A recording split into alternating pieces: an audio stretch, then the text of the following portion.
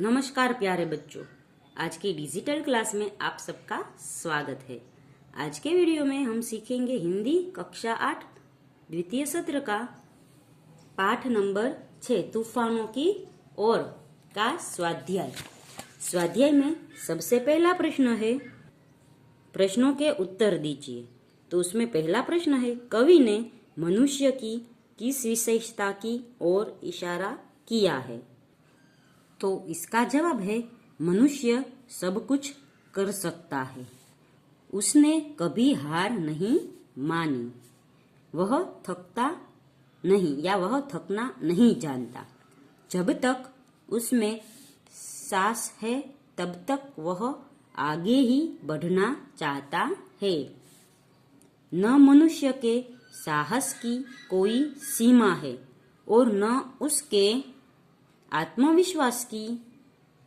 अपने अदम्य साहस और अद्भुत आत्मविश्वास के साथ उसने 7 सागर पार किए हैं। इस प्रकार कविता में कवि ने मनुष्य के अपार साहस, अथक शक्ति और गजब के आत्मविश्वास की ओर इशारा किया है। दूसरा प्रश्न है, ज्वार कहाँ कहाँ उठा है?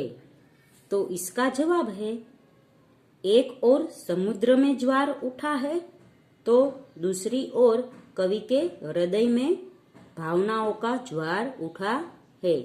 इस प्रकार समुद्र और कवि हृदय दोनों स्थानों पर ज्वार उठा है। तीसरा प्रश्न है, समुद्र ने कैसा रूप धारण किया है? तो इसका जवाब है, समुद्र में बड़े जोर का तूफान आया है। उसे देखकर ऐसा लगता है जैसे वह जहर उगल रहा हो।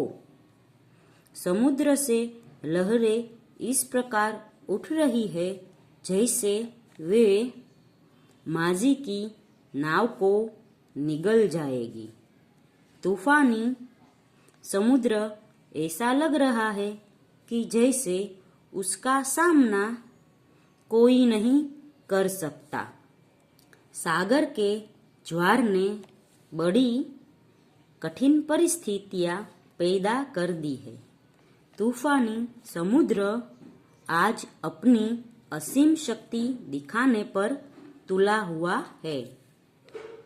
उसकी लहरों ने जैसे मनुष्य को पराजित करने की ठान ली है।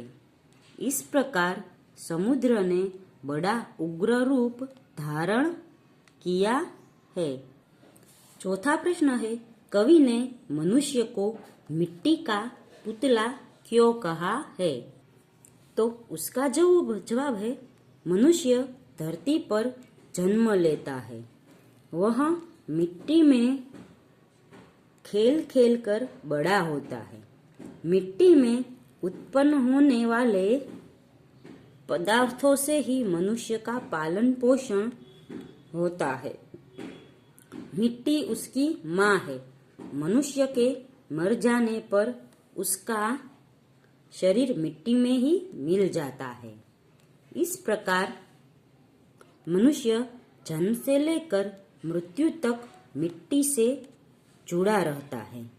मिट्टी से मनुष्य की इसी अभिन्नता के कारण कवि ने मनुष्य को मिट्टी का पुतला कहा है। आगे का प्रश्न है, माझी का हाथ कब तक नहीं रुकता है? तो उसका जवाब है, समुद्र अगर शक्तिशाली है तो मिट्टी का पुतला माझी भी कब नहीं है। उसमें अद्भुत साहस और अनोखी शक्ति है, इसलिए वह कभी थकता नहीं है। जब तक उसके शरीर में प्राण है, जब तक उसकी सांसों में चेतना है, तब तक माझी का हाथ रुकने का नाम नहीं लेता, वह संघर्ष करना नहीं छोड़ता। इस प्रकार माजी अपने अंतिम सांस तक कार्य करता है। प्रश्न नंबर 2 है, इस कविता का भावार्थ अपने शब्दों में लिखिए। तो इसका जवाब है, तूफानों की और कविता में कवि सुमन जी ने बताया है कि यह संसार एक सागर है और प्रत्येक मनुष्य अपने जीवन रूपी नाव का नाविक है।